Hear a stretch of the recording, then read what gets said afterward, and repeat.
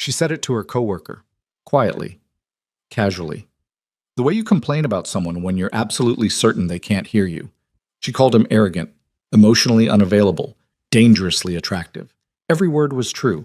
Every word landed directly in his ears. The entire 43rd floor of the Hanul Group Manhattan headquarters stopped breathing at once. Phones mid-dial, keyboards mid-keystroke, coffee cups frozen halfway to lips. Because Kang Tae-hyun, the man who ran one of the most feared criminal syndicates in East Asia from behind a legitimate corporate empire, was standing less than 3 feet behind Zaria Brooks. And he was smiling. If you want to know what happened next, stay until the end. Drop the name of your city in the comments. I want to see how far this story travels. The morning started the way most of Zaria's mornings started.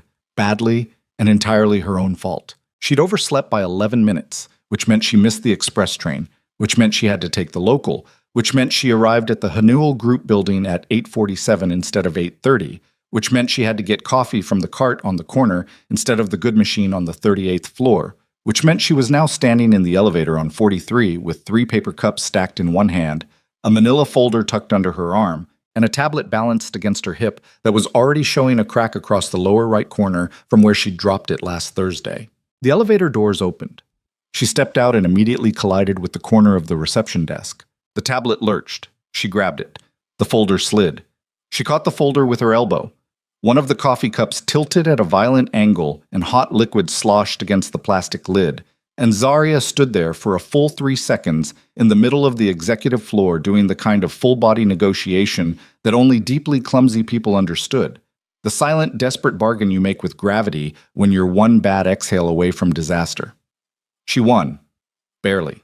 "You good?" Priya asked from behind the reception desk without looking up. "Completely fine," Zaria said through her teeth. "You've got a folder under your armpit." "I'm aware." Priya finally looked up. She was 24, sharp-featured, perpetually unimpressed, and she'd worked the executive floor reception desk for 2 years without breaking a single nail or spilling a single thing. Zaria found her either admirable or deeply threatening, depending on the day. "Mr. Yoon's looking for the Daegu distribution reports. They're in the folder currently being held hostage by my armpit. He wants them in the next 10 minutes. Then I'd better get moving." Zaria started down this hall toward the executive assistant stations. The morning light hit the floor-to-ceiling windows in long, pale strips. Outside, Manhattan was already grinding through its Tuesday noise. Sirens, horns, the distant metallic shriek of brakes. Down on the street, it was ordinary. Up here, on the 43rd floor of the Hanul Group's North American headquarters, nothing was ordinary. Everything was expensive, controlled, and deeply strange in ways that took new employees several months to understand. Zaria had worked here for 14 months. She understood it now. Or she understood enough of it. The Hanul Group was, on paper, a multinational conglomerate with holdings in shipping logistics, commercial real estate, pharmaceutical distribution, and technology investment.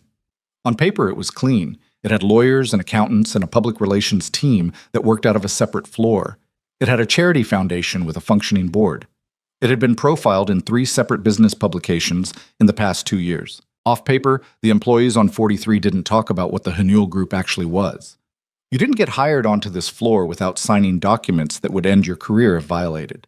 You didn't survive on this floor without developing a specific kind of professional tunnel vision, the ability to process only what was directly in front of you, file exactly what you were told to file, and never, under any circumstances, ask questions that didn't belong to your department.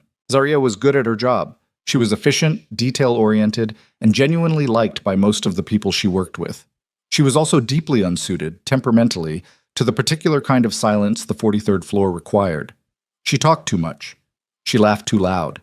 She had opinions about things she should have kept to herself. She'd been warned about this twice in her performance reviews, both times in language careful enough that she understood the warning without it ever being stated directly. She set the coffee cups down at her station, dropped the folder, and started sorting papers. Dominic was already at his desk. He was 31, originally from Atlanta, and he'd been Zaria's desk neighbor since her second week. They had the kind of friendship that existed entirely inside a specific building, intensely real within the walls of 43, never tested anywhere else. They ate lunch together 3 times a week. They vented to each other constantly in low voices. They had collectively developed, over 14 months, a very detailed private vocabulary for the various personalities on the floor. "You're late," he said. "I'm aware. Yoon was at your desk at 8:32. "I know, Priya told me." He made a face. He always makes a face. Dominic glanced at the coffee cups. "Is one of those mine?" "The one on the left. The barista spelled your name Dominack. Classic." He reached for it. "Long night?" "Couldn't sleep." She pulled the Daegu reports out of the folder and started checking the page numbers. "Kept thinking about the Senate account. I think there's an error in the third quarter projection." "Is it your error?" "No." "Then why are you losing sleep over it?" Zarya didn't answer that because they both knew the answer. She lost sleep over errors she didn't make because she was built wrong for a job that required detachment. She cared about things that didn't belong to her. She fixed problems nobody asked her to fix. She had been doing this her entire professional life and had never fully decided whether it was a virtue or a character flaw. "How was your evening?" she asked instead. "Quiet. My sister called." He paused. "She's getting married." "Dominic." "I know. That's wonderful. She's marrying the guy I told you about." "The one from—" "Yes." "Okay. I'm fine about it." "You don't sound fine." "I said I'm fine." He rotated his coffee cup in his hands. "What about that thing with Marcus? You figure that out?" The name landed in Zarya's chest the way it always did. A dull, specific weight that had no business being there anymore. She'd been out of that relationship for 8 months. She was past it. She was completely past it. "Nothing to figure out," she said. He texted again. I didn't respond. "Same number?" "New one." Dominic's expression shifted, not dramatically. He was too controlled for that, but his jaw tightened slightly in the way it did when he was processing something he didn't want to say directly. "Zarya." "I know." "You should block it." "I know." "You haven't." "Dominic." I know what you're doing and I appreciate it, but I don't want to talk about Marcus at 8:50 in the morning." She shuffled the Daegu reports into a neat stack and clipped them. "I have to get these to Yoon before 9. She stood up, gathered the documents, picked up her remaining coffee, and then, because her brain had a genuinely terrible sense of timing, she said, "Can I just say something, though?" Dominic looked at her. "About the boss." The particular way he went still was instructive. But Zarya was already moving, walking in the direction of Yoon's office, and Dominic fell into step beside her the way he always did when she started talking through something she shouldn't be talking about. "What about him?" Dominic said very quietly. I processed his schedule for the Bucharest meeting this morning, and I was looking at his calendar, and the man has not taken a single day off in 4 months. Not one." She kept her voice low, pitched for his ears only. "He works from 6 in the morning. The car service logs, which I only see because I manage the transport invoices, show him leaving after midnight at least 3 nights a week. He had 2 dinners with the Choi delegation last week and both ran past 11. "Zarya, I'm not saying anything inappropriate. I'm just observing." She turned a corner. "He's arrogant, obviously. Anyone who runs a company like this at 34 has to be arrogant, or they'd collapse under the weight of it. But there's something, I don't know. Emotionally unavailable doesn't even cover it. The man looks at people like they're variables in an equation. Please stop. I'm almost done." "You're never almost done. He's just—" She exhaled. "He's dangerously attractive and completely impossible, and whoever is in his personal life has my full sympathy because I cannot imagine what it costs to actually—" She turned another corner and stopped. Not because she chose to, because she nearly walked directly into Kang Tae-hyun. He was standing in the corridor outside Yoon's office, jacket on, phone in hand, mid-conversation with a tall man in a dark suit who had the particular stillness of someone trained for security. The corridor was not narrow. There was plenty of room. He was simply, somehow, exactly where she was looking when she turned. Time did something strange. Zarya had a vivid, crystalline awareness of the following things simultaneously: the stack of documents in her hand, the coffee cup she was still carrying, the exact position of her feet, and the complete catastrophic silence that had rolled outward from Kang Tae-hyun's presence like a wave, reaching Dominic behind her first, then spreading down the corridor in both directions until the ambient noise of the floor dropped by approximately 40%. He was looking at her, not at her papers, not past her, at her. Kang Tae-hyun was 34 years old. He was the kind of physically present that the word handsome didn't adequately address, dark-haired, precise-featured, with a stillness in his face that read as either extreme composure or extreme danger depending on your angle. And on the 43rd floor of the Hanul group, most people had learned that it was both simultaneously. He wore tailored suits the way other people wore armor. He moved through rooms with a deliberate economy that made everyone around him seem slightly too loud, slightly too much. He was looking at her, and he had been standing there long enough to hear at minimum the last 30 seconds of her conversation. The math was immediate and devastating, dangerously attractive and completely impossible. That had been the last thing she'd said. Zaria's brain offered her several options in rapid sequence. Apologize. Flee. Pretend she'd been talking about someone else. Develop an entirely new personality. None of them were viable.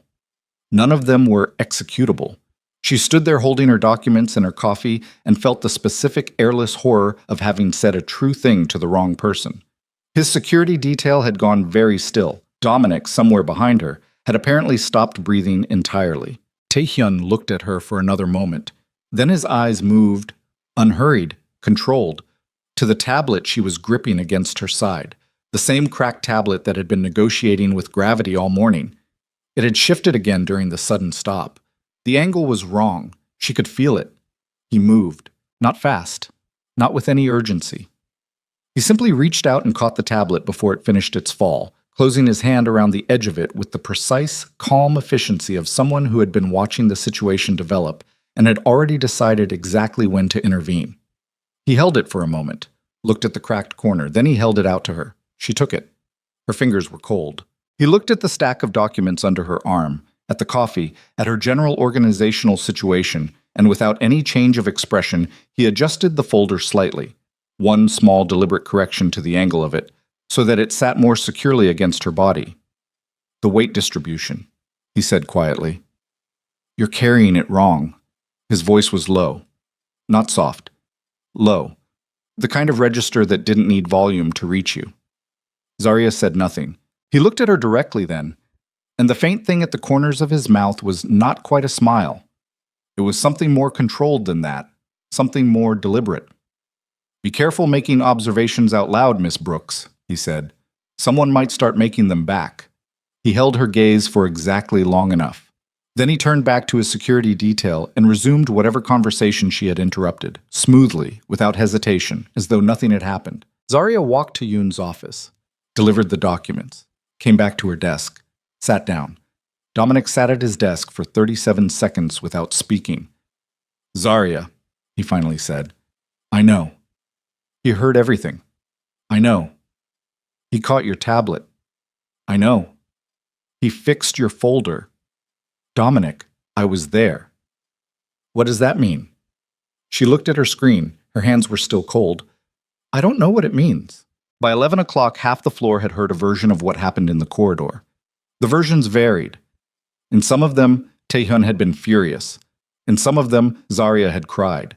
In the most dramatic version, circulating primarily among the junior staff on the east side of the floor, she had apparently insulted him directly to his face with language inappropriate for a professional environment, and he had responded by calling security.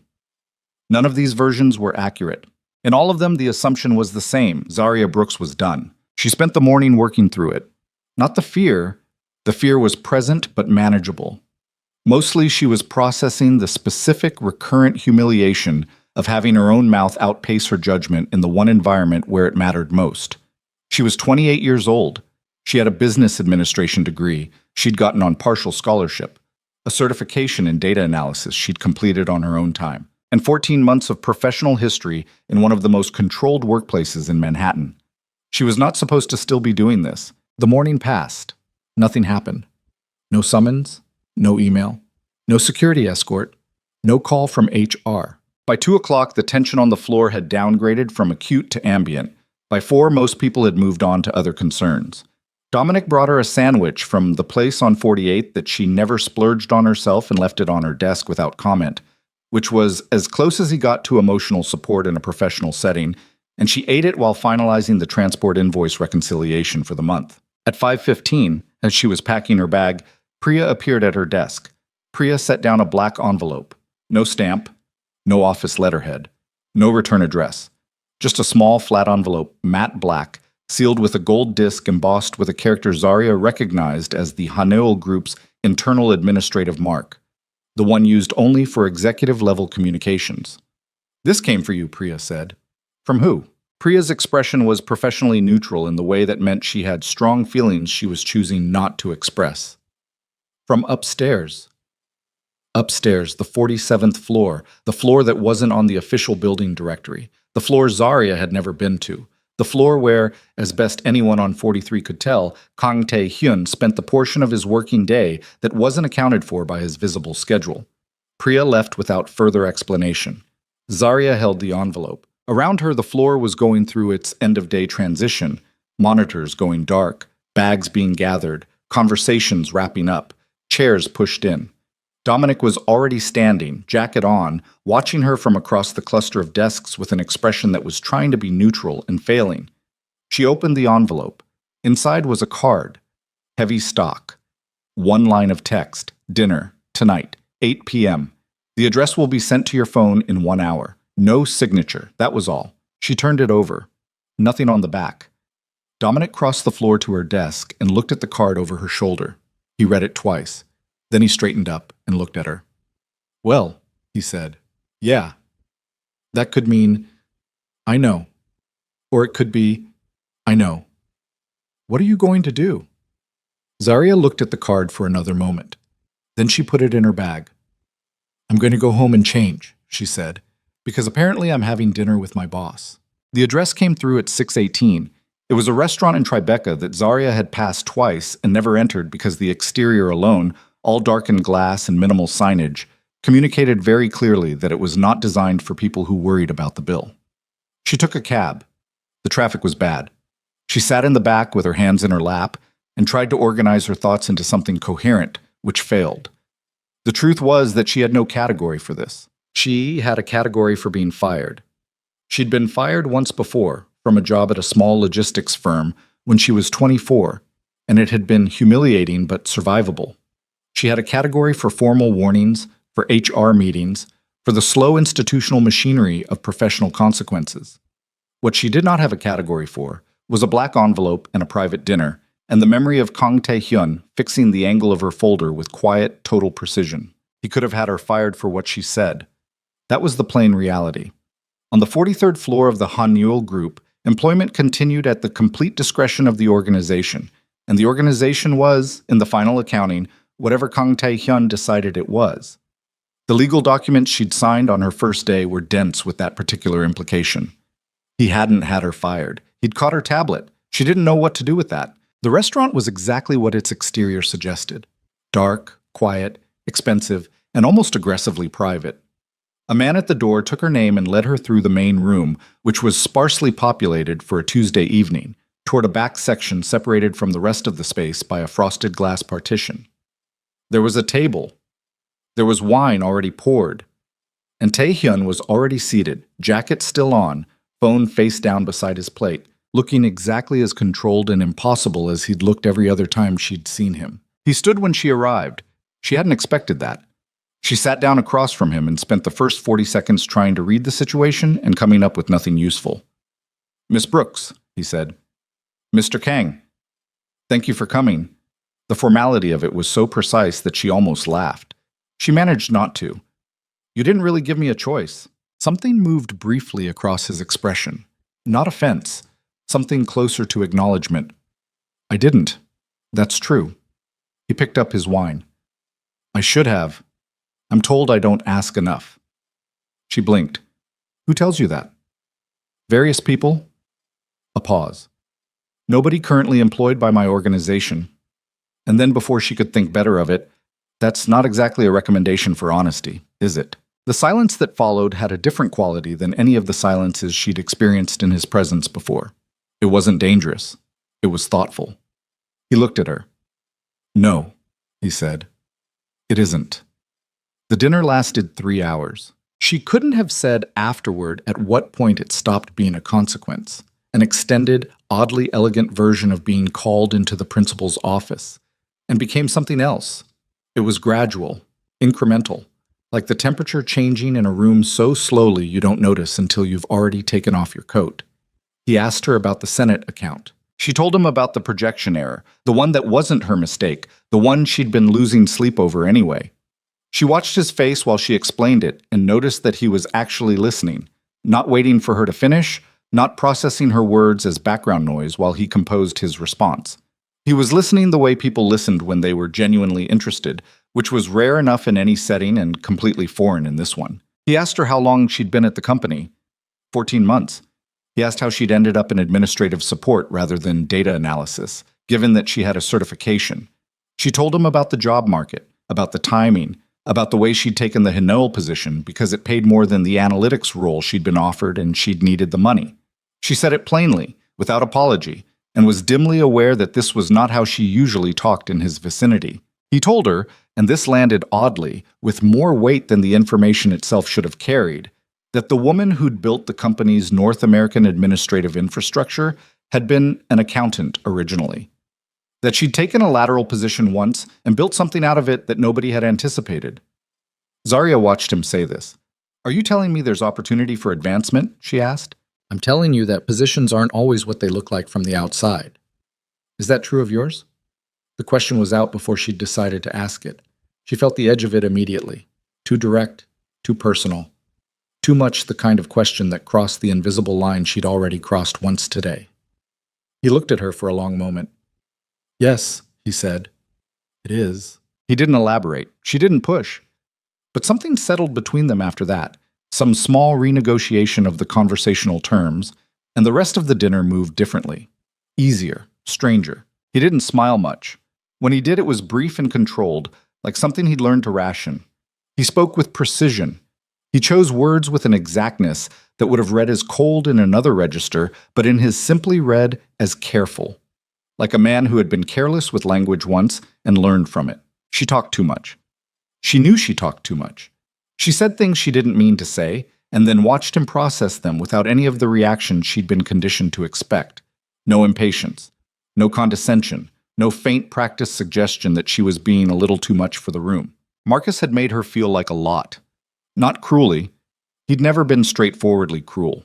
He'd made her feel like a lot the way a person made you feel like a lot by being consistently, slightly, perfectly underwhelmed. A raised eyebrow. A redirect. A joke about her volume, her enthusiasm, her opinions. 8 months of small calibrations that added up to something she still hadn't fully measured. Taehyun looked at her like she was talking at exactly the right speed. She didn't know what to do with that either. At 10:30, he had a car brought around. They stood on the sidewalk outside the restaurant for a moment before she got in. The city was loud around them, taxis, voices, the low, constant pressure of Manhattan doing what Manhattan did. He stood with his hands in his pockets and looked at her with the same directness that had been unnerving her all evening. "You should flag the Senate projection error through official channels tomorrow," he said. "I'll see that it goes to the right person." "That's—" She stopped. "You don't have to do that. It's an error in a document that represents this company. I have to do that." "I meant—" She didn't quite know what she meant. "Thank you. Miss Brooks." "Yes." "You were right this morning." She stared at him. "The things you said." He paused. They were accurate observations. She had no response to this at all. "Good night," he said, and stepped back.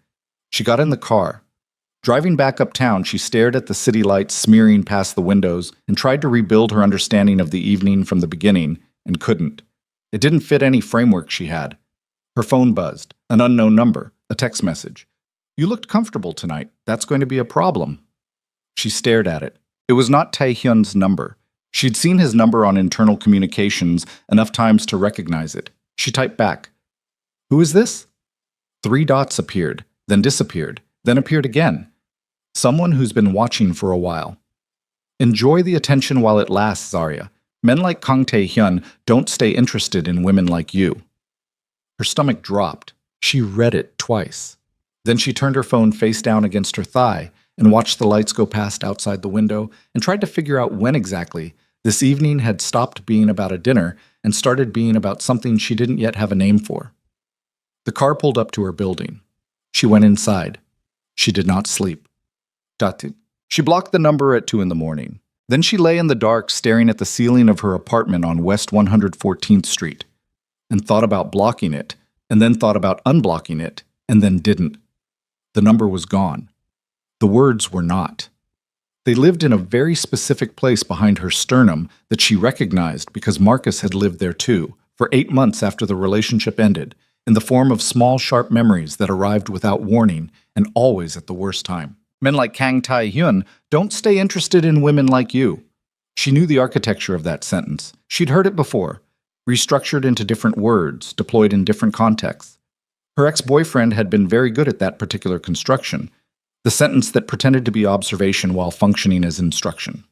The sentence that planted a doubt so specific it could only have come from someone who knew exactly which doubts were already growing. She got up at 5:30 and ran 3 miles, which she hated because it was the only reliable way she'd found to stop her brain from doing what it was doing. It didn't stop it. She arrived at work at 8:26. The floor looked the same. Keyboards, monitors, the low-grade electrical hum of a building processing its own activity.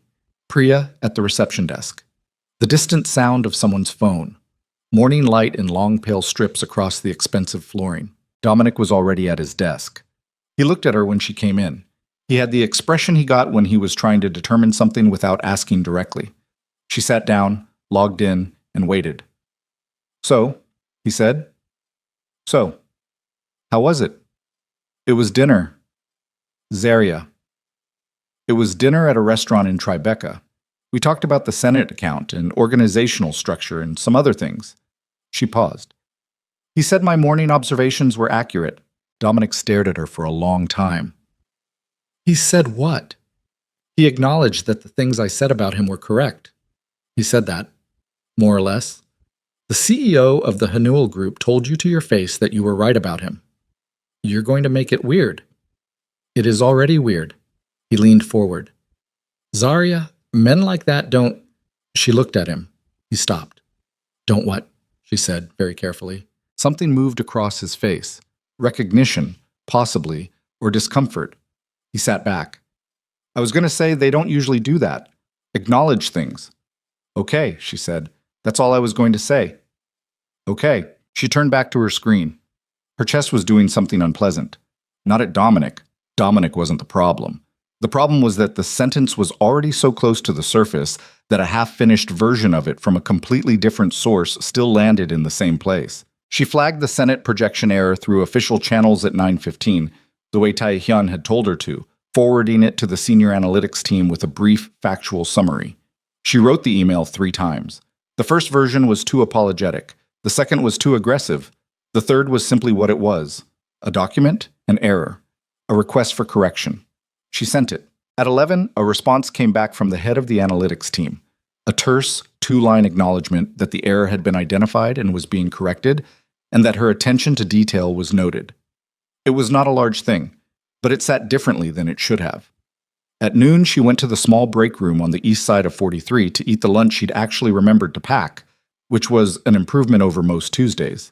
She was halfway through it when May came in. May worked in contract administration. She was 32, meticulous, and she had the particular social precision of someone who always knew exactly what was happening on the floor before anyone else did. She poured coffee without making eye contact, which was how Zaria knew she was about to say something.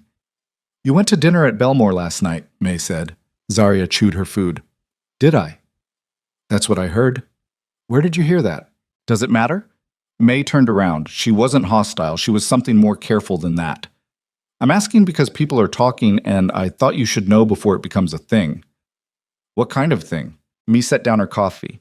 "The kind where people start speculating about why the boss had a private dinner with someone from admin, about what she said to him in the corridor yesterday morning, about whether she's being managed or—" She stopped.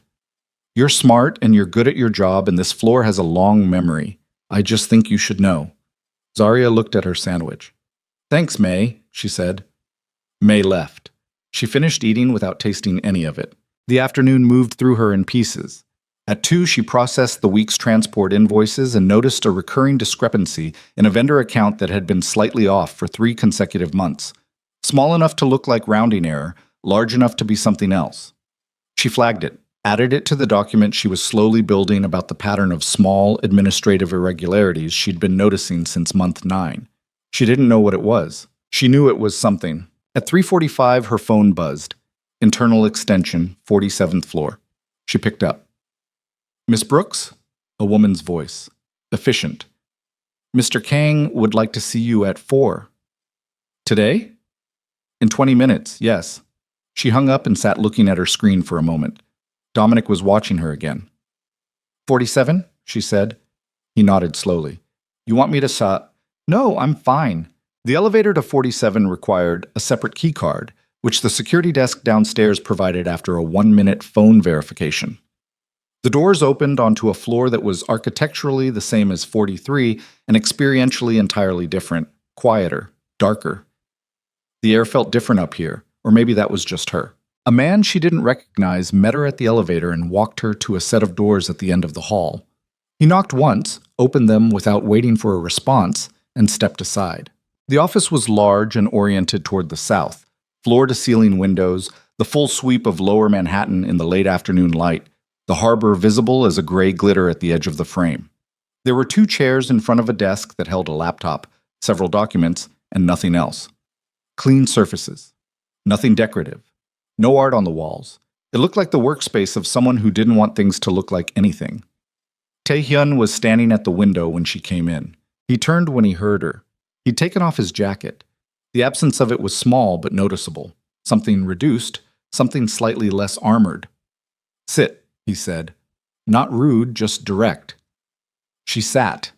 He moved to the desk and remained standing, which meant she was looking up at him. She noticed this. She noticed that he noticed it, and then he moved to the chair beside her rather than behind the desk, which was not what she'd expected. The Senate flag, he said. It went to the right place. I saw the response, thank you. It shouldn't have been sitting for as long as it was. He picked up a document. Who processed the original report? I'm not sure I should say. He looked at her. Not because I'm protecting someone, she said.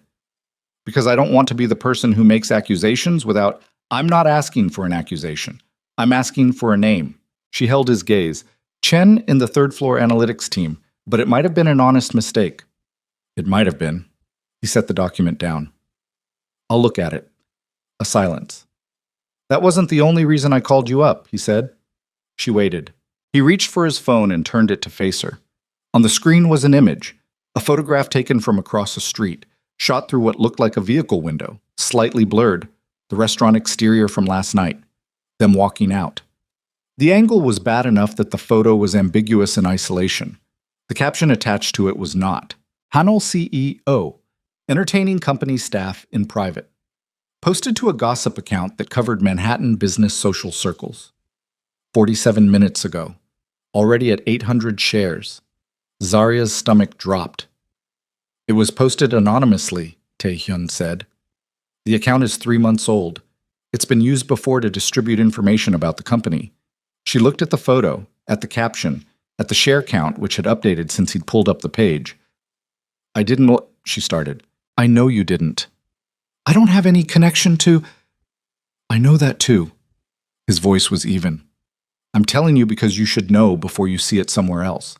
And because I want you to understand that this isn't the first time this account has been used, and it won't be the last, and whoever is running it has access to information they shouldn't have. She looked at him. What kind of information, she said. The kind that comes from inside the company. The room was very quiet. Who? She said. That's what I'm trying to find out. He took the phone back.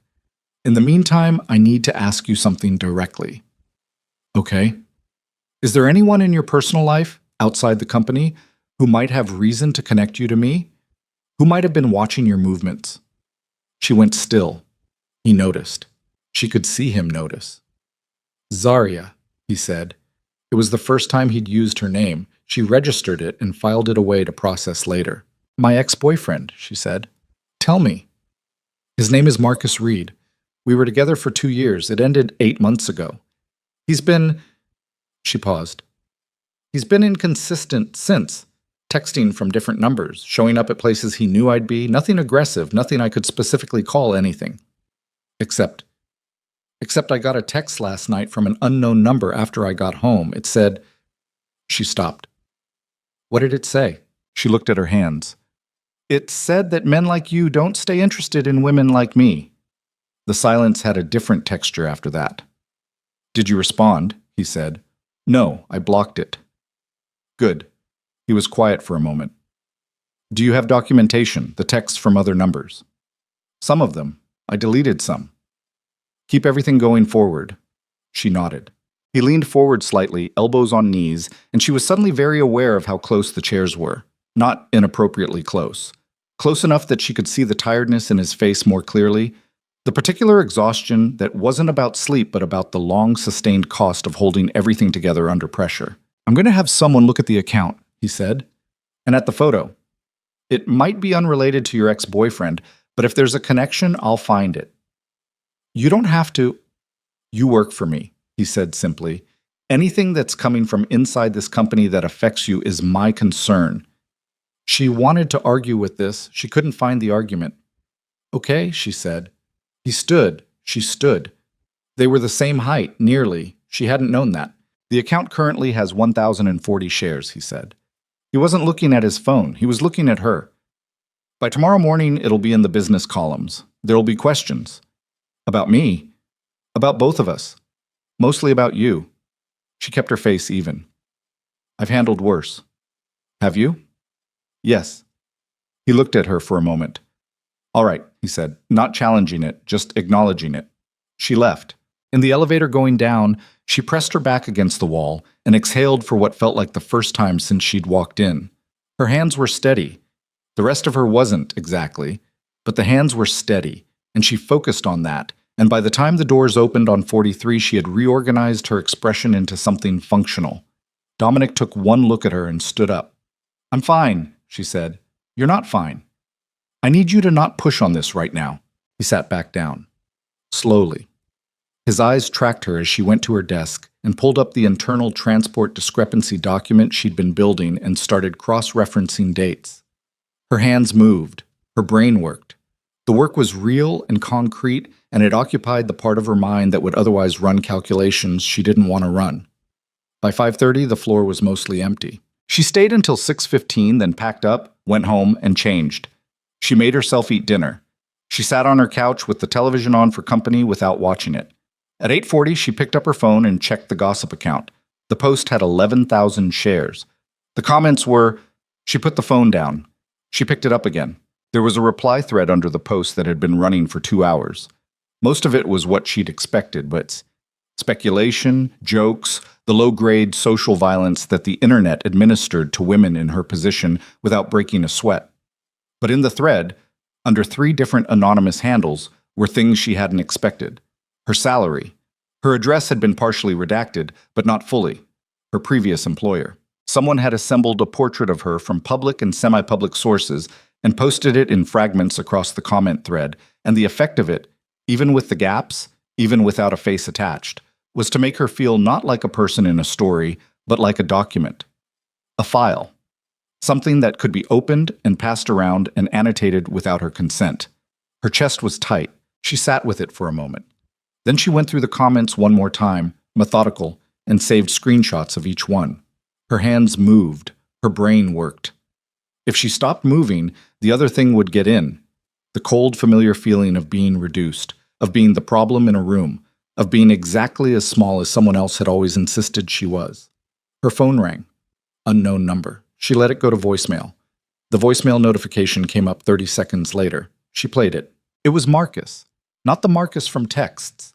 Not the Marcus from the careful, calibrated messages he'd been sending since the breakup. The ones constructed to seem like reaching out while functioning as surveillance. This was a different version of his voice. Flatter. Something stripped out of it. I saw the post, he said. Thought you should know it's going to get worse before it gets better.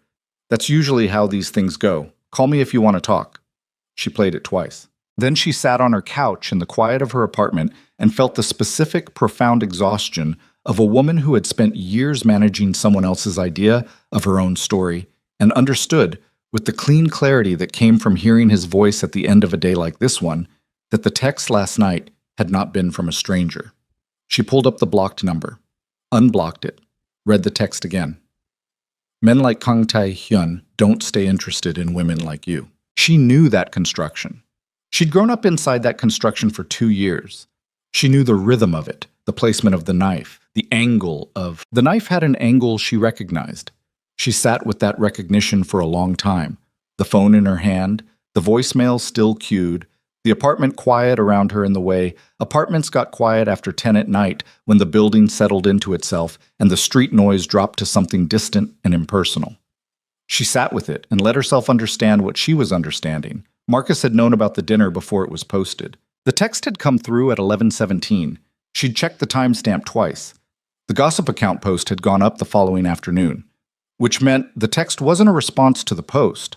The text was prior to it, which meant whoever sent it had known she was at that restaurant before the photograph was taken, or had taken the photograph themselves, or had been told about the evening by someone who'd seen it happen. She thought about the restaurant, the dark glass, the private back section, the frosted partition, the table that wasn't visible from the street. Someone would have had to be inside, or watching from outside with a long lens and then making a call. She didn't sleep that night either. In the morning, she went to work with the particular hollowed-out alertness of someone running on coffee and adrenaline and the stubborn refusal to let her face show what her body was doing. She sat at her desk. She logged in. She processed 3 invoices and 2 scheduling requests before 9 o'clock and did all of it correctly. Dominic arrived at 8:50 and looked at her once and said nothing, which was the most useful thing he could have done. At 9:20, May came to her desk. Mee didn't sit down. She stood at the edge of it, with her hands clasped and her expression carrying the particular careful weight of someone delivering information they hadn't wanted to be responsible for. "I saw the post," she said quietly. "I know. The comments. I know. Zarya, your address was partially. Yes. I know." She kept her voice level. "I'm handling it. Do you need..." "I'm handling it, May. Thank you." May nodded and left. Zarya turned back to her screen.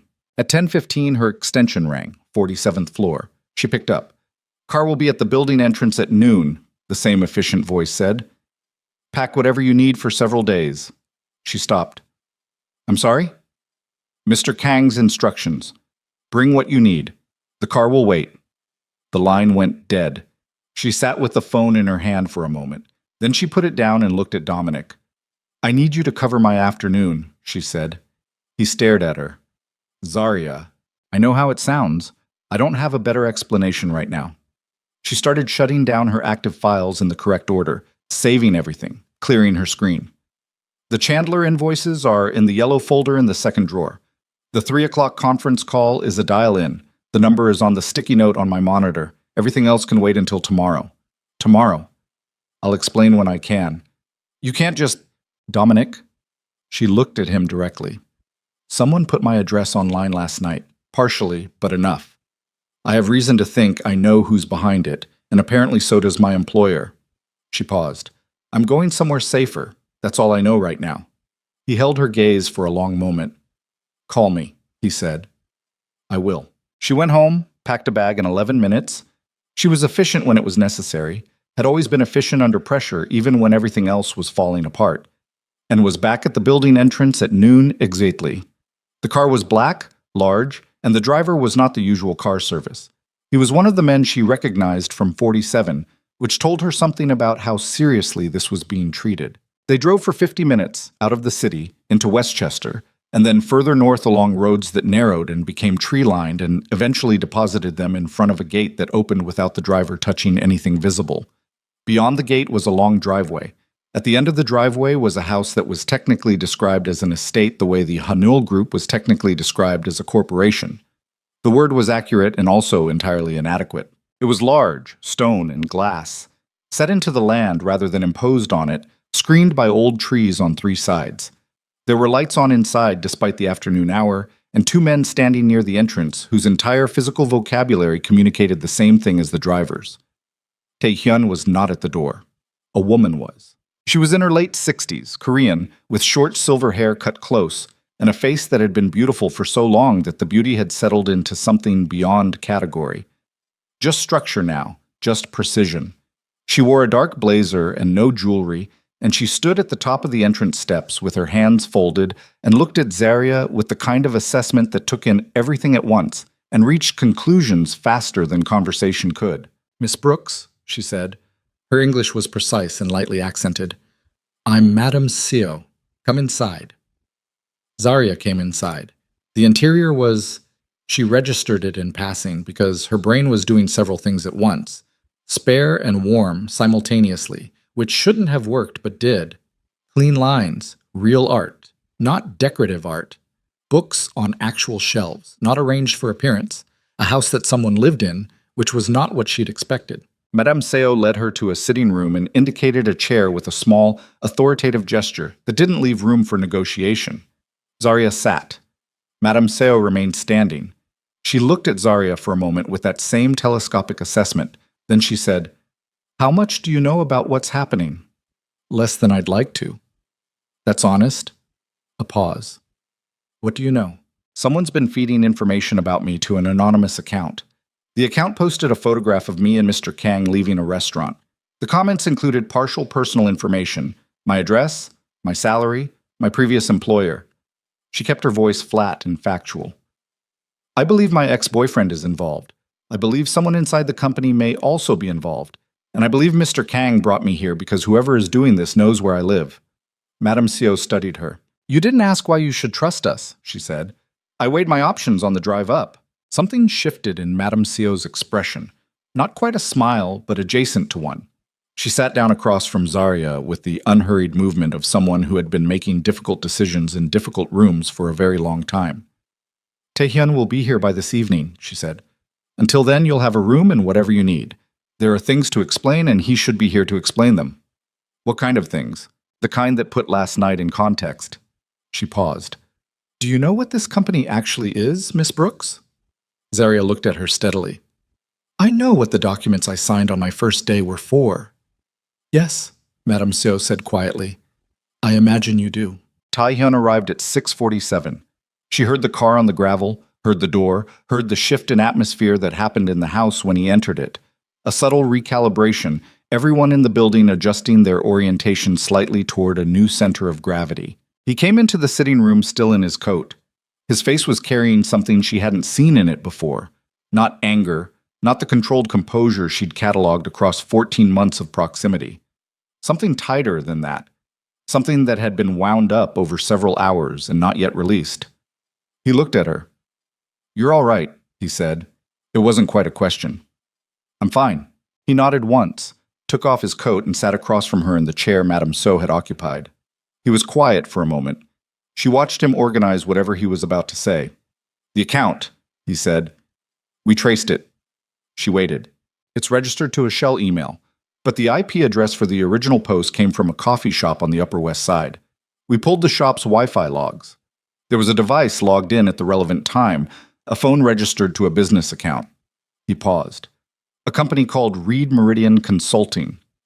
The name landed in her chest like a stone dropping through water. "Marcus," she said. "Yes," she breathed. "He was at the restaurant. He wasn't inside, but there's a parking structure across the street with a sightline to the entrance. We pulled footage." He set his phone on the table between them and turned it toward her. The footage was grainy. Timestamp. The restaurant exterior. A car parked on level 2 of the structure, facing the street. A figure sitting in the driver's seat with what looked like a camera with a long lens. The figure's face was not fully visible, but she knew the set of his shoulders. She'd spent 2 years learning the set of those shoulders. "Okay," she said. Her voice was very calm. This alarmed her distantly. "There's more," Taehyun said. She looked at him. "The comments with your personal information. That didn't come from Marcus directly. The salary information is internal. It's in a file that Marcus Reed has no access to." He paused. "Someone inside the company provided it." The sitting room was very still. "Who?" she said. "Chen." She closed her eyes, opened them. "The analyst. The Senate error." "The same. He's been passing internal employee information through a secondary channel for at least 4 months. We don't know the full scope yet, but the connection to Marcus..." He stopped. Then, "Reed Meridian Consulting has a contract with a real estate holding firm. That holding firm has a passive investment in a Hanul subsidiary. She stared at him. He researched us, Taehyun said, before any of this happened.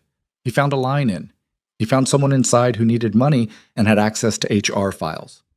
The comprehension came slowly, and then all at once, the way comprehensions did when they were large enough, when the thing you were understanding had more surface area than your brain could process in one movement. She sat with it, let it arrive. Marcus had not responded to the post. Marcus had not been surprised by the post.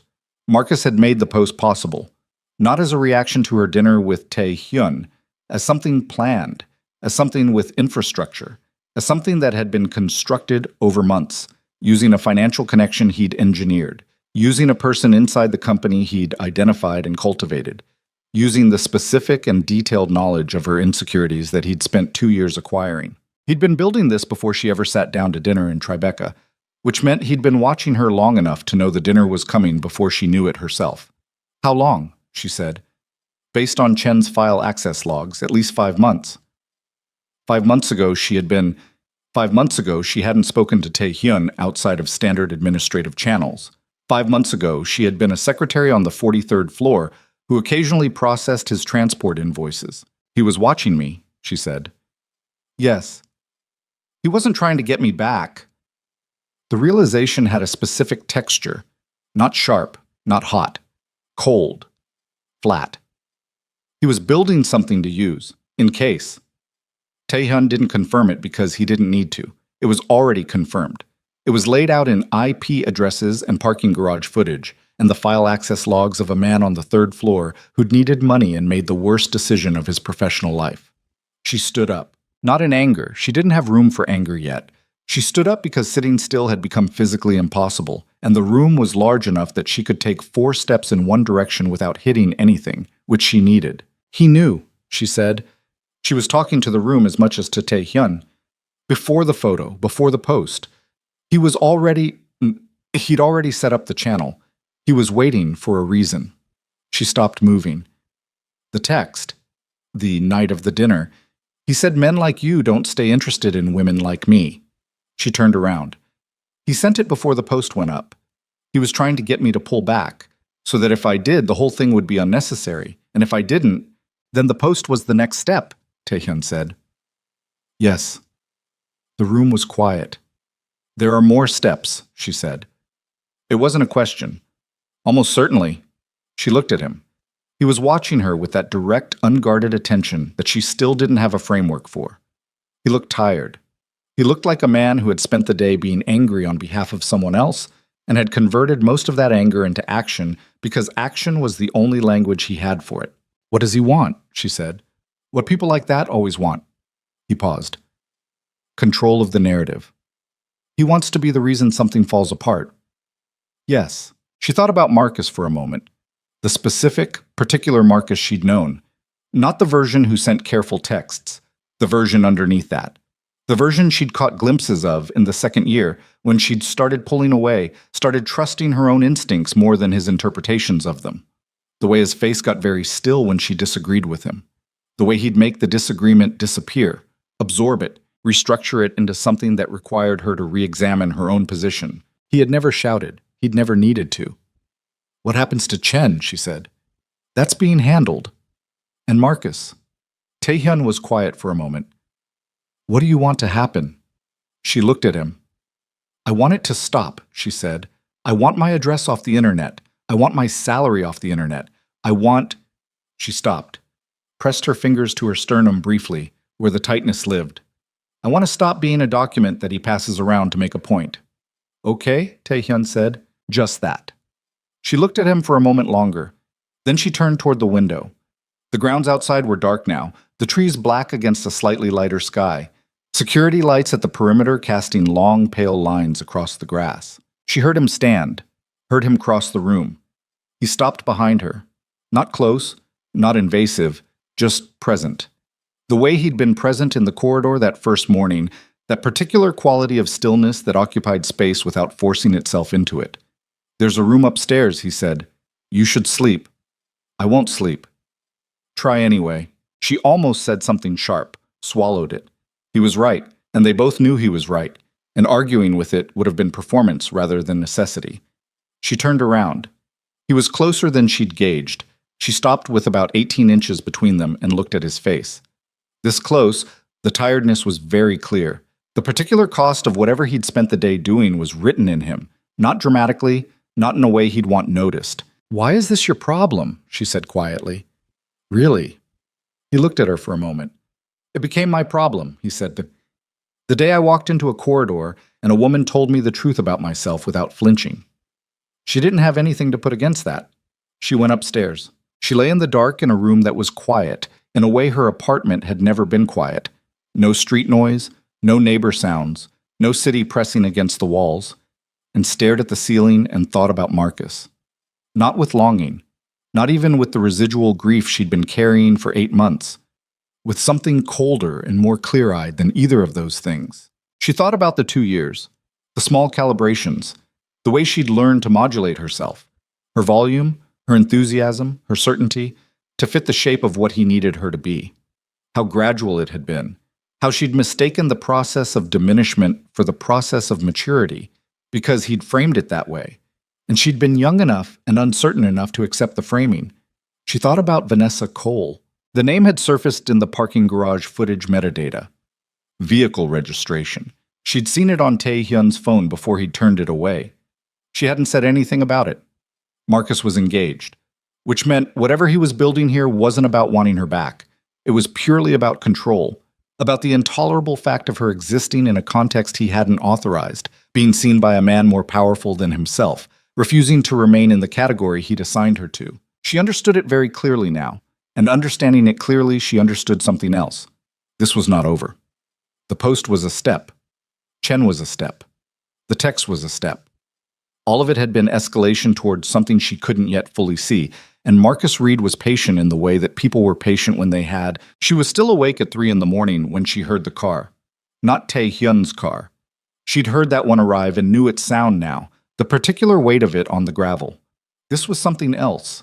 A single vehicle, moving without headlights, which she only registered because the security lights at the perimeter caught the roof of it for half a second as it came up the far edge of the tree line and then stopped. She sat up. Her body knew before her brain finished the calculation. The specific cold alertness that arrived not from fear, but from the part of her that had been running threat assessments for 3 days straight and had apparently decided to stay on even through the night.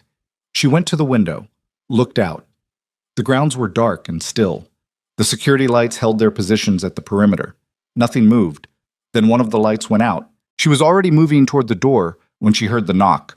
Not on her bedroom door, on the main entrance downstairs. 3 knocks. Not urgent.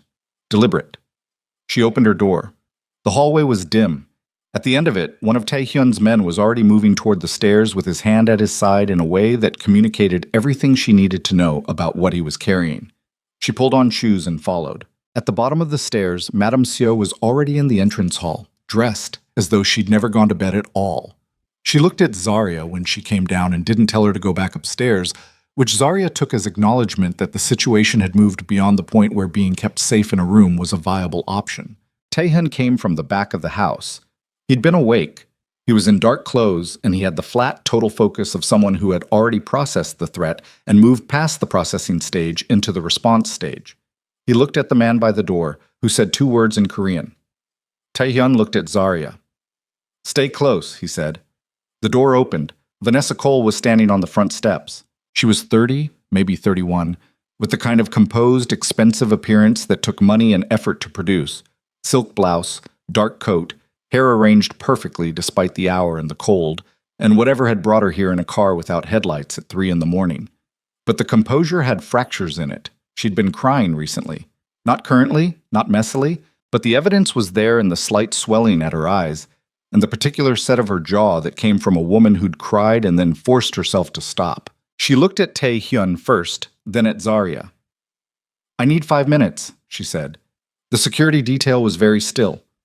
Tae-hyun said nothing for a moment, reading her the way he read everything, Shapti, completely without expression, missing nothing. "Come in," he said. They sat in the same room Zarya had been in all evening. Vanessa sat on the edge of a chair with her coat still on and her hands folded in her lap, and she looked at the space between herself and the floor and then looked up. "He doesn't know I'm here," she said. "Marcus," Zarya said.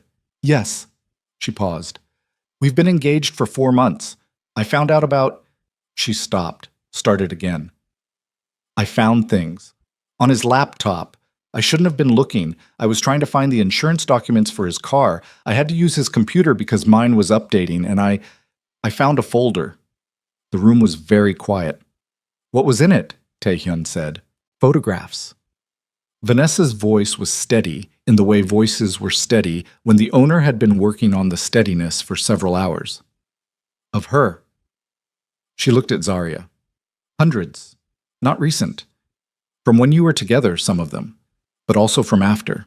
The past year. The past 8 months." A pause. "There were screenshots of your employee records, copies of text conversations, a document with a list of—" It said observations. It was dated. He'd been keeping it for— She exhaled. "Months before you even went to dinner." Zarya's hands were flat on her thighs. She pressed them down and felt the pressure of her own palms against her legs and focused on that. "The folder had a name," Vanessa said.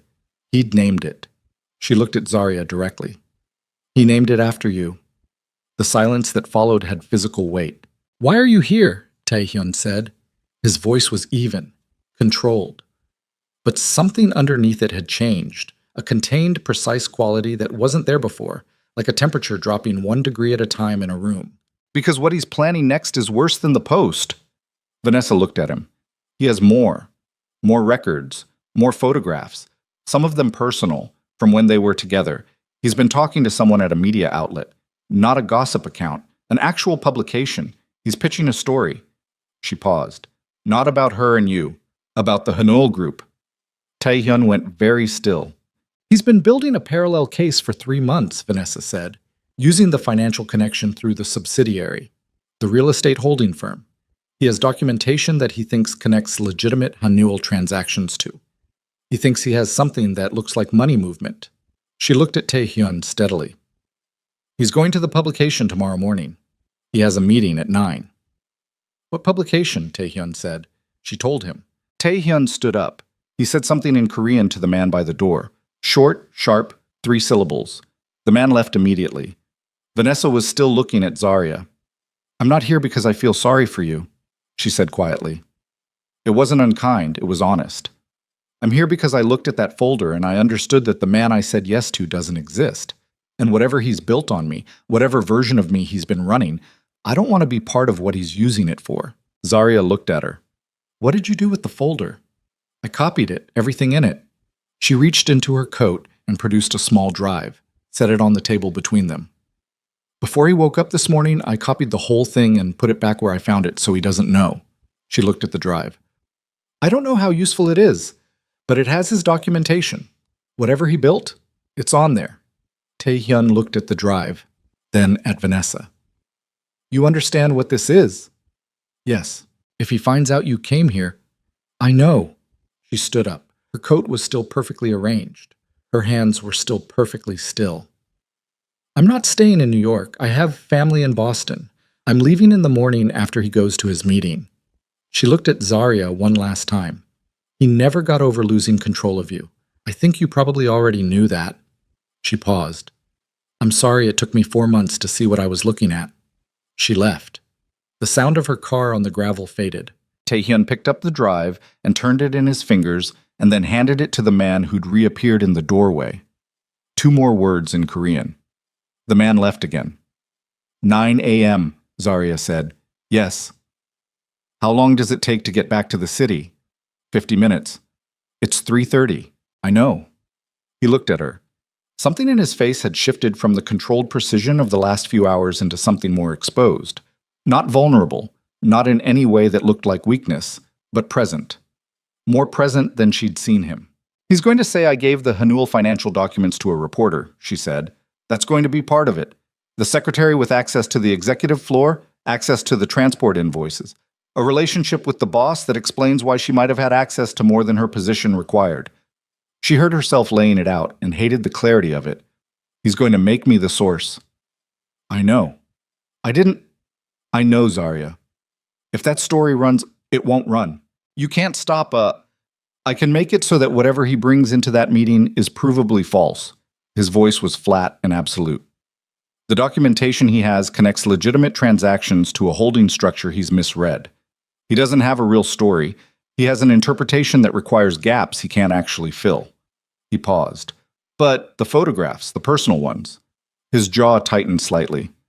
Those are a different problem. She looked at him. He'll use them regardless of whether the financial story lands, Taehyun said. If the meeting falls apart, he'll go directly to the gossip circuit.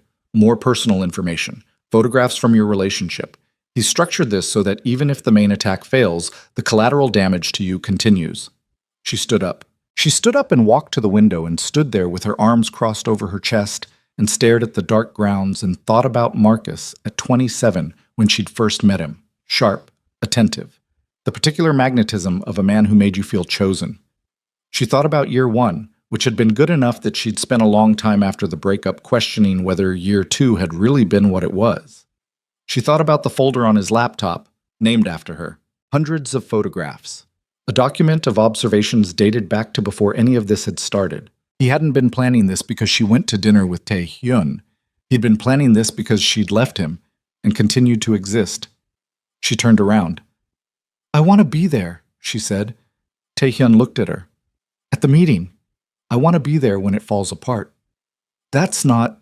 He's been making me a document for 8 months. A file he passes around, something that happens to other people in rooms I'm not in. Her voice was level. She was not performing the levelness. She was inside it, standing at the bottom of something very cold and very clear. I want to be in the room. He looked at her for a long moment, reading her, checking the steadiness of what he saw. All right, he said.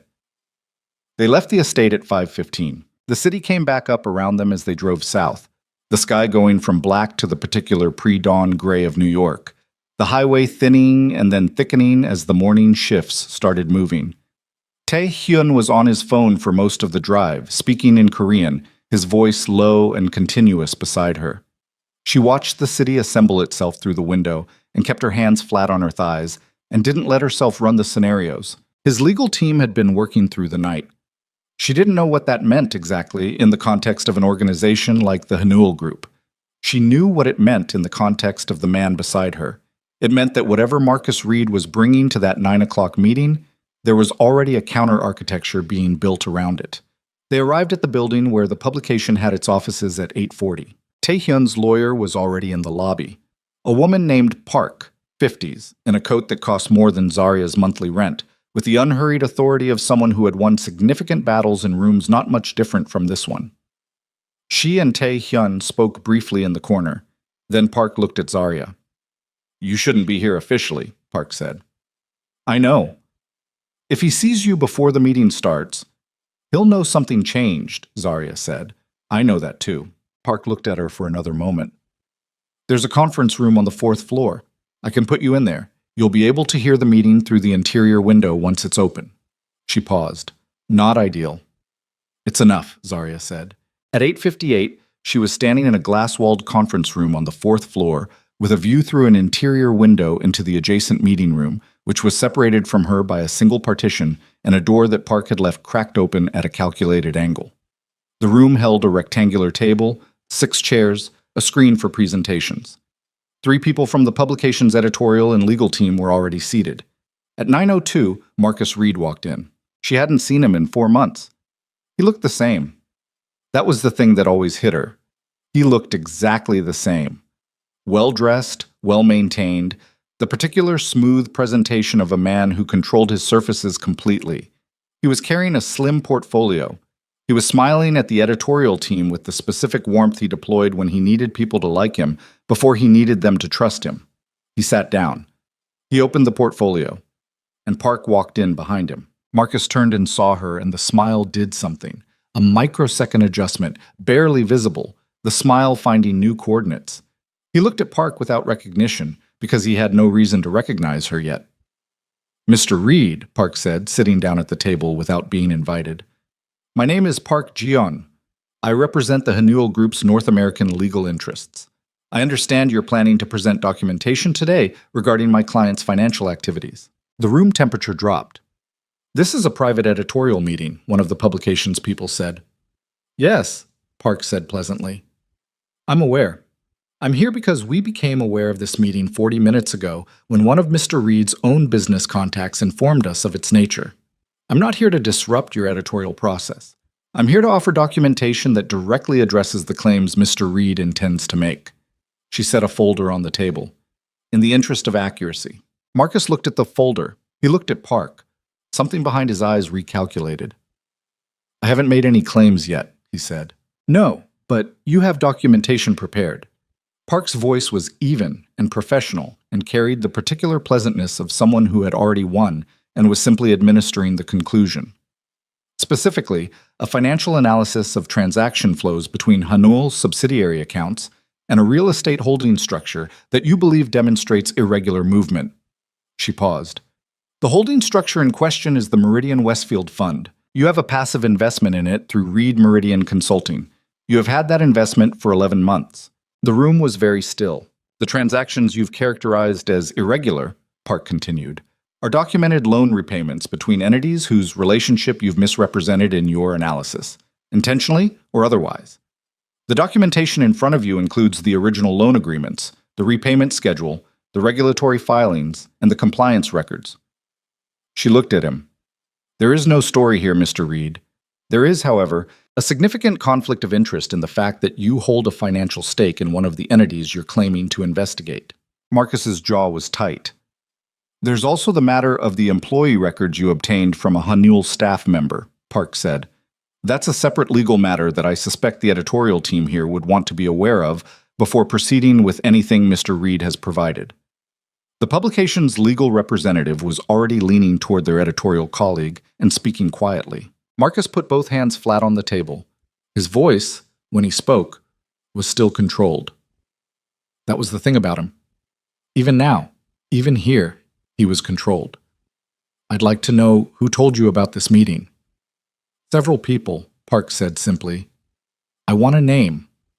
"I'm sure you do." He looked at her. The smile was completely gone. In its place was the face she'd caught glimpses of in year 2.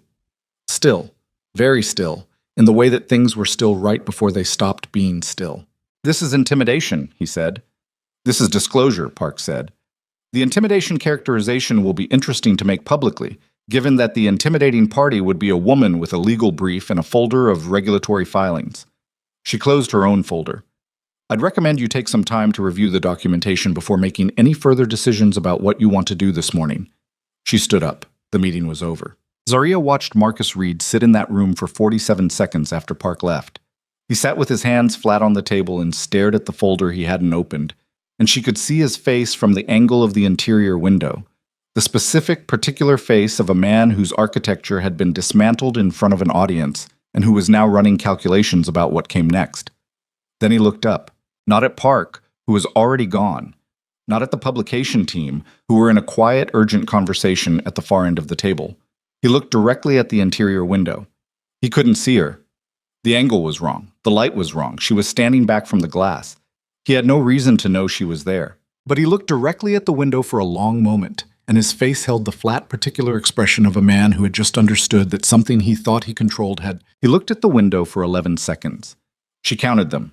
Then Marcus Reed picked up his portfolio, straightened his jacket with the precise, habitual gesture she'd watched him make 1,000 times, 2 hands, lapels, a small downward pull, and walked out of the meeting room without speaking to the publication's team. She heard his footsteps in the corridor. She heard the elevator. She heard nothing after that. The publication's legal representative and editorial lead sat at the table for another 2 minutes in quiet conversation, then began gathering their things. They looked like people who had narrowly avoided something they hadn't fully understood yet. That was accurate enough. Park appeared in the doorway of the conference room where Zaria was standing. "It's done," Park said. Zaria nodded. "He won't go to another publication with this. The conflict of interest exposure is too significant. If he tries to shop the story anywhere else, we have standing to pursue him for the employee records acquisition, and he knows it." Park's voice was clean and factual. "The gossip account posts are being addressed separately. The comments with your personal information are already reported and queued for removal. The platform is cooperating." "Chen," Zaria said, "terminated this morning." The HR documentation was processed before 6 a.m. The legal exposure for what he provided is his to carry. Park paused. The photographs. The personal ones from your relationship. Zarya looked at her. We've sent Reed a preservation and cease letter. He has 48 hours to confirm deletion. His own legal counsel was copied this morning. He has someone. We found out who, and they've already called our office once. Park looked at her steadily. We can't verify deletion, but we can make the cost of distribution so significant that distribution becomes irrational. That's the realistic outcome. Not a perfect one, Zarya said. No, it isn't. Park said it without apology, which Zarya respected more than softening would have been. There's no perfect outcome for photographs that already exist. There's only making the alternative to compliance expensive enough that compliance becomes the obvious choice. Zarya looked at the empty meeting room through the glass. He'll be angry, she said. Yes. Angry people make irrational choices. Sometimes, Park said. And sometimes they make very rational ones when the irrational options are sufficiently costly. She picked up her folder. Mr. Kang is downstairs. Taehyun was in the lobby, off to one side, phone in hand. He looked up when she came out of the elevator. He read her face the way he always read her face. Completely, without comment. Landing immediately on whatever was true. You watched, he said. Yes. How are you? She thought about the honest answer to that for a moment. I'm tired, she said. I'm very tired, and I want to go somewhere and sit still for a while. He looked at her. Okay, he said. They went back to the estate. She slept for 4 hours in the middle of the day, which she hadn't done since she was a child sick with fever. She woke up, and the room was gold with afternoon light, and she lay there for a while in the particular suspended quiet of a person who had been running at full capacity for 72 hours straight, and whose body had simply filed a formal complaint and shut itself down temporarily. She felt, underneath the exhaustion, something she didn't have a precise name for. Not relief.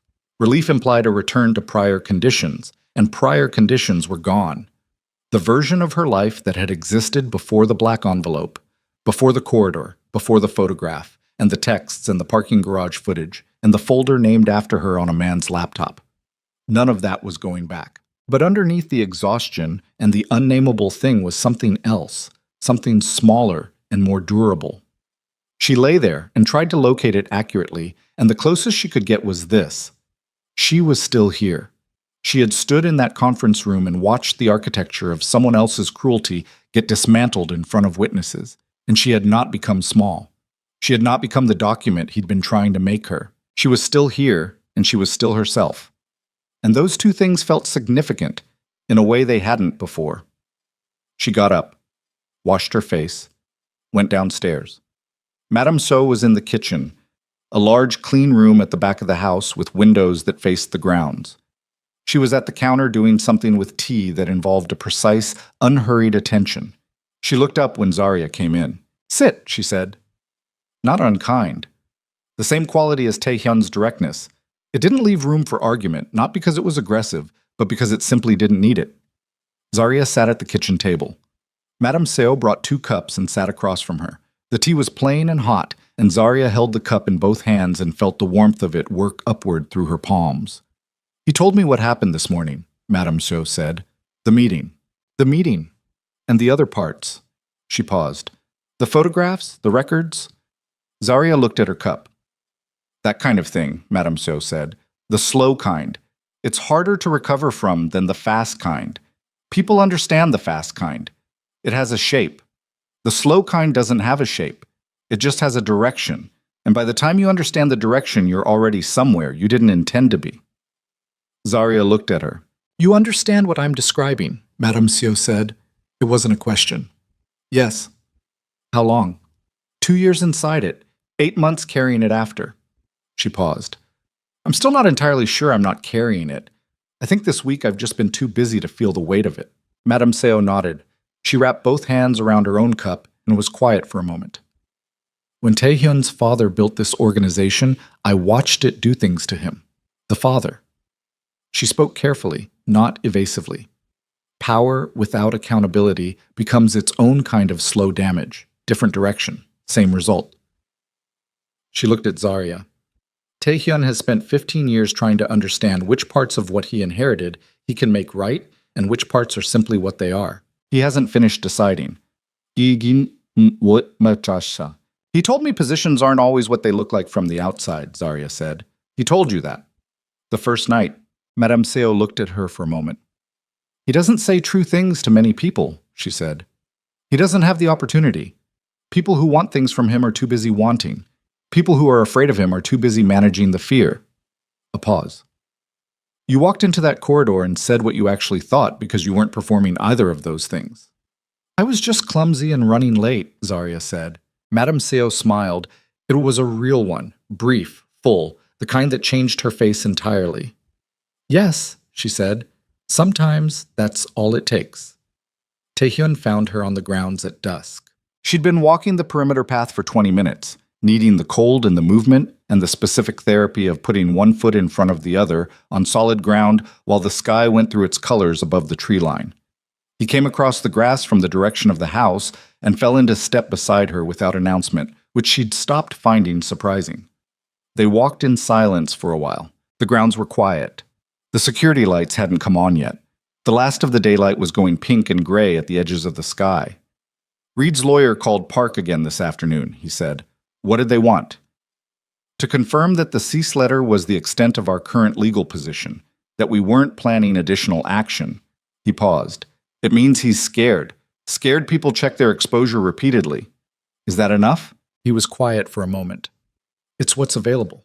There's a version of this where I could do more. He said it plainly, without drama. I won't. Not because I can't, because it wouldn't serve you. She glanced at him. Escalation at this point would require things that keep you in the story longer, he said. In the news, in the documentation. Every legal action is a public record. Every public record is another way for his name to stay attached to yours. He looked ahead down the path. He loses more by being left in a position where he can see the consequences arriving slowly than he does if I move fast.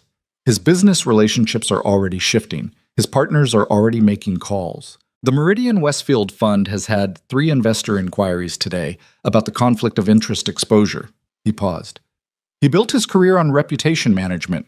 The most precise damage to someone like that is reputational and slow. She thought about that. You're not protecting me from the consequences, she said. You're choosing which consequences land where. Yes. That's a different thing. It is. She stopped walking. He stopped beside her. The light was low now, the trees dark against the sky, the first cold of the evening starting to settle into the air around them. I need to ask you something, she said. Ask? She looked at him directly. When this is over, all of it, the accounts, the records, the photographs, all of it processed and settled and done. What does this look like? You and me. He held her gaze. I don't know, he said. She waited. I know what I want it to look like, he said. I've known since the corridor, since the dinner. Since you sat in my office and told me about a projection error you'd been losing sleep over for a week, even though it wasn't your mistake, because that's apparently what you do. Something shifted in his voice, not softer, but less constructed, more direct. I don't have a clean offer to make you. What I do, what this organization is, I'm not going to pretend it's simple or that the complications are temporary. They're not. This is what it is. I know what it is, she said. I've worked on your floor for 14 months. Then you know what I'm telling you. You're telling me it's complicated and it costs something, and you're not going to minimize that. Yes, she looked at him. The last of the light was behind him, the sky going deep blue at the top and fading toward the horizon. He stood there in the cold with his hands in his pockets and his face open in the way it was only rarely, and she understood that this was the true thing under all the other true things.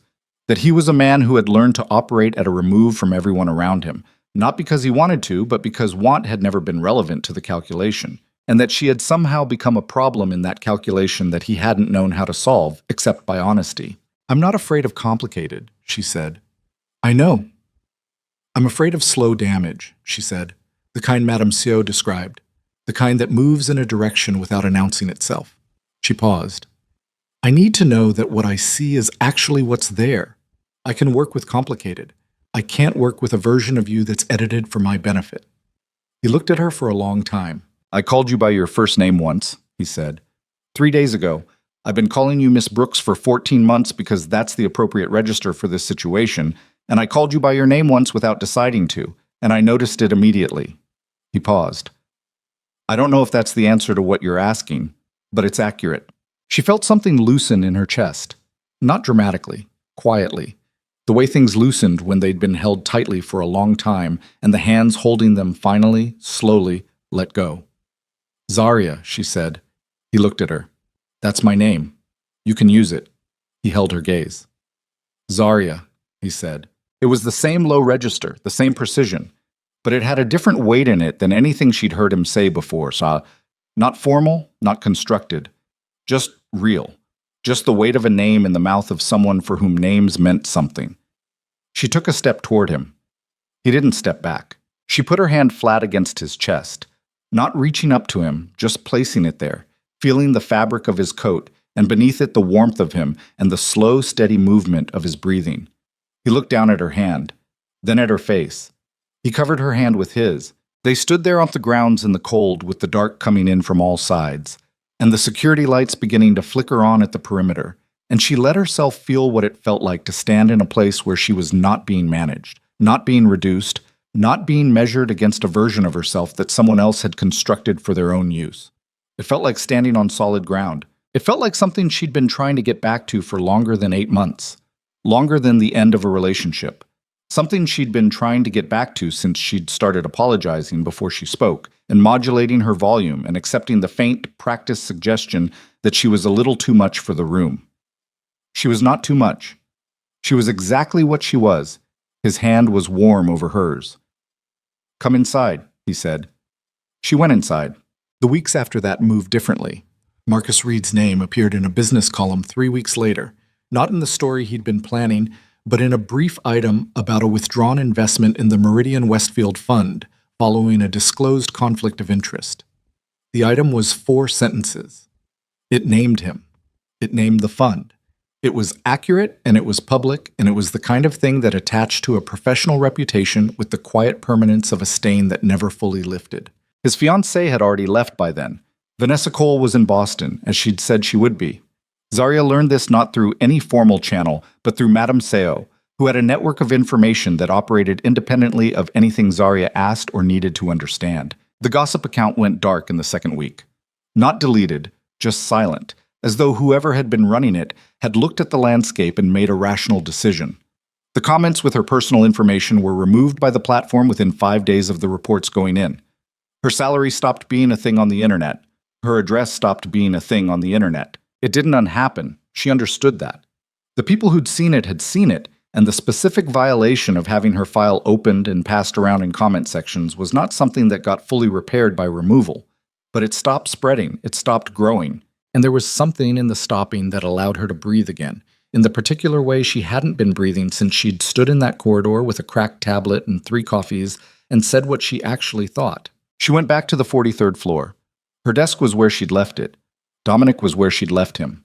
He looked at her when she came in on a Monday morning 3 weeks after the estate, and he said nothing for a moment, and then he said, "You look different." "Different how?" "I don't know, less like you're bracing for something." She sat down, logged in, started her morning. The Senate projection error had been formally corrected, and the correction had been noted in the quarterly audit. Her name appeared nowhere in the correction, which was how she'd asked for it. The work was what mattered. The correction existed. That was enough. 2 months in, she was offered a position in the data analytics division. The offer came through official HR channels, with a formal job description and a salary increase and a meeting with the division head, which was how it should work and how she'd wanted it to work. She didn't want to be promoted by proximity. She wanted to be promoted because she was good at the job and had been for 14 months, and the analytics offer was evidence of the second thing independent of the first. She took it. Dominic brought coffee from the good machine on the 38th floor on her last day at her admin desk. He set it down without a word and went back to his desk, and they worked the rest of the morning in the comfortable parallel silence of people who understood each other well enough not to make every transition into a ceremony. At noon, she packed her things into a box. Not much. A plant she'd been keeping alive for 8 months, a spare charger, 3 pens that were actually hers, and carried it to the elevator. Taehyun was in the lobby, not waiting. He was moving through the lobby in the direction of the car park, jacket on, phone in hand, the particular economy of motion that still reorganized any room he walked into. He saw her with the box and stopped. Analytics, she said. I heard. Official channels, she said. Something moved in his face, not quite a smile, but close to it. The controlled, brief version that she'd learned to read by now that meant more than it showed. I know, he said. I wasn't involved. I know you weren't. That's why I'm telling you. He looked at the box, the plant, the 3 pens. You're going to the 29th floor. Yes. It's a good team. I did my research. I know you did. He looked at her directly. You always do. She shifted the box against her hip. I'll see you later. 7 o'clock. My car. 7, she said. She walked to the elevator. She went to the 29th floor. She set up her new desk, put the plant in the corner where the afternoon light would hit it, and opened her first brief from the analytics lead and read it with the focused attention she brought to everything she decided to give it. The city moved outside the windows. 7 months after a woman had stood in a corridor saying what she actually thought to a man who wasn't supposed to hear it, the city moved exactly as it always did, loud and continuous and indifferent to individual stories. Down on the street, it was ordinary. Up in the buildings, floors had their own histories, their own quiet seismic events, the small and large things that changed directions. In the evening, she met Tae Hyun in the lobby at 7. They drove uptown without talking much, which was its own kind of language now. Comfortable, unpressured, the silence of 2 people who had run out of the need to fill space and found that what was underneath the space was sufficient. He had his hand over hers on the seat. She watched the city pass outside and felt the weight of his hand and felt herself be entirely present in the moment, which was not something she'd been able to do for longer than she'd admitted to anyone, including herself. He'd shown her the view from the private rooftop of the tower once, 3 weeks in, on a night when neither of them had been able to stay in the apartment without the walls pressing in. It was high enough that the city became a system rather than a noise. The lights in their grid, the water at the edges, the dark shapes of the other buildings like the teeth of something immense and functional and alive. She'd stood at the railing and looked out at it and understood, standing there, that the life she was in the middle of was not the life she'd planned in any of its specifics. She hadn't planned a man who ran a syndicate from behind a corporate empire. She hadn't planned a black envelope and a dinner that changed the temperature of a room. She hadn't planned the corridor, or the tablet, or the things she'd said out loud without looking first. But she'd been telling the truth, and the truth had landed somewhere real, and the life she was in the middle of had grown from that specific, unremarkable act of saying what she actually thought. Tonight he drove her to that same building. They went up to the roof the way they'd gone up before. The private elevator, his key card, the door that opened onto the cold air and the open sky and the city laid out below them in every direction.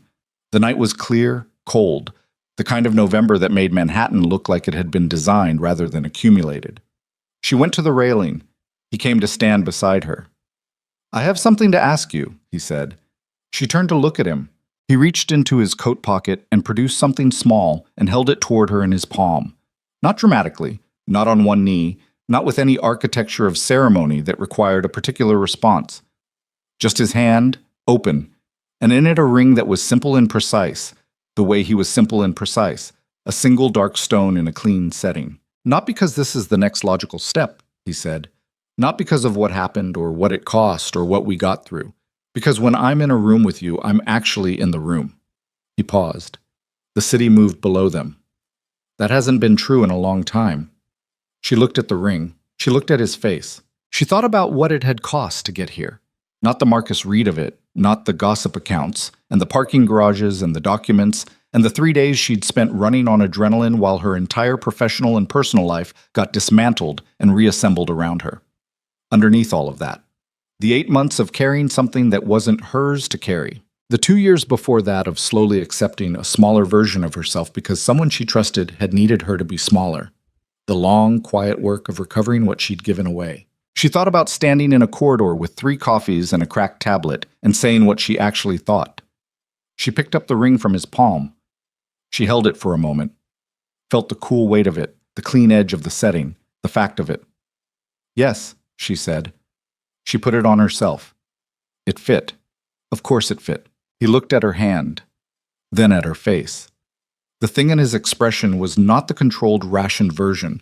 It was open and quiet and real, and she held it for as long as it was there before he pulled her into him, and she pressed her face against the front of his coat and felt the warmth of him and his arms around her and the city moving below them in all directions.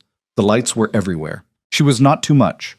She was not a document. She was not the version of herself that someone else had needed her to be. She was Zaria Brooks, standing on a rooftop above Manhattan with her face against the coat of a complicated man she had chosen with full information, and the city below her was the same city it had always been. And she was not the same woman she had been.